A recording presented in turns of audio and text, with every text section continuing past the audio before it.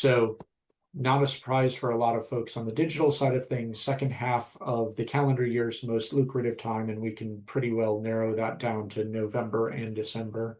This year is the second year in a row that Giving Tuesday is in December, so we can almost say December, but Giving Tuesday also becoming more like the 12 days of Giving Tuesday, where you get a partridge in a pear tree 2 weeks out and get to all drummers drumming by the day of.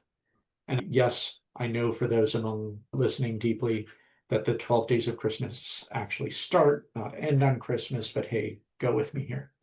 So generally lucrative. We do anticipate local elections being a significant part of this, rising costs on the digital advertising side. We are seeing commercial entities go into this, trying to create Travel Tuesday and deals that extend, just like we're extending out what it means to be Giving Tuesday, they're extending out what Black Friday means. And so you'll a lot more email inbox clutter. And this is, in terms of economic indicators, it's not looking like a particularly good macroeconomic client or climate. Did see some data out just now from Bureau of Labor Statistics that people's average credit score has fallen to the lowest number since 2009.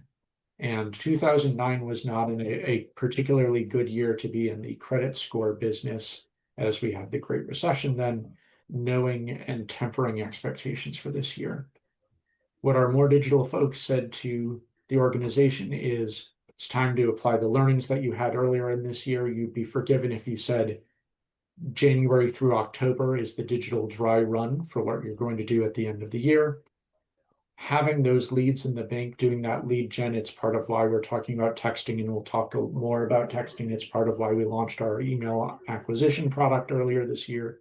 It's all of it to build those leads for later on in the year, so that you have good lists going in. Making sure you're refreshing those audiences, refreshing your models, doing email hygiene to make sure that when you're advertising, you're getting the most out of that. Some creative tips that folks gave. None of this is going to be terribly earth-shattering for you, but a lot of Giving Tuesday is about that blocking and tackling. Having that urgency, whether it's a match or a timer or a match plus a timer, that urgency really does help with Giving Tuesday. We've found it in head-to-head tests all the way down. That idea of progress to goal and having a reason for that goal to exist is vitally important. And that animation, so that our attentions in this a squirrel economy can be captured by the ads that you're creating. Demonstrating that value, match multipliers are a big part of it.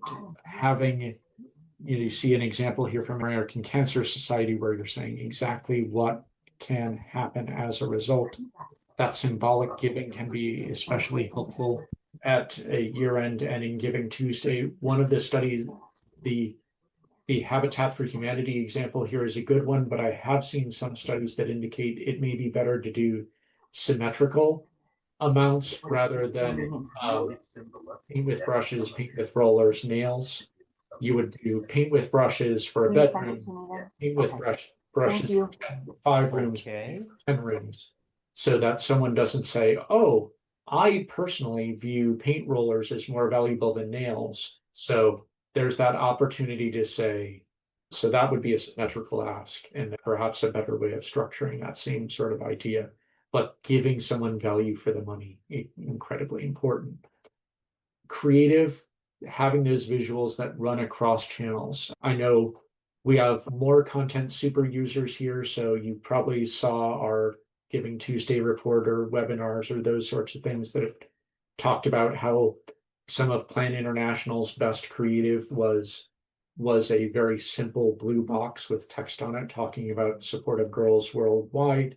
That carried through Giving Tuesday, that carried through year end. The other thing that Plan did that was effective was they sent out postcards, and so that reinforced the Giving Tuesday message. So that idea of donor surround sound really does go across all channels, and making sure they all look the same and have the same message validates that you're a legitimate organization, you're making a legitimate ask, money's going to go where it needs to go.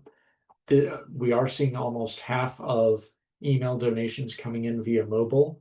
As we said on the webinar Monday, and it was Sal Salpietro from Fundraise Up, one of our partners, talked about mobile isn't coming, it's here, and we need to be really focused on how you would cater toward that. End of year testing, we don't test as much year end of year because hopefully you've done the tests that get you to where you need to go during prime time. But and if you do need to do testing there, it's more nibbling around the edges with an eye toward what does this mean for our revenue. You're not throwing the long ball for Giving Tuesday. So if you haven't done this testing, you don't know what your Giving Tuesday messaging is going to be, now's the time to get out some emails and display ads and those sorts of things. Get it locked down in September and October so that you have it ready to go for November.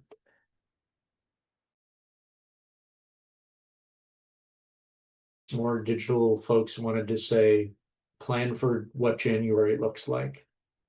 Did you make your goal? What do you say if you make your goal? Share what was accomplished, accomplishment videos and those sorts of things. That sustainer conversion in January is always a great time. Fresh start messaging from our behavioral science folks is effective in making that transition.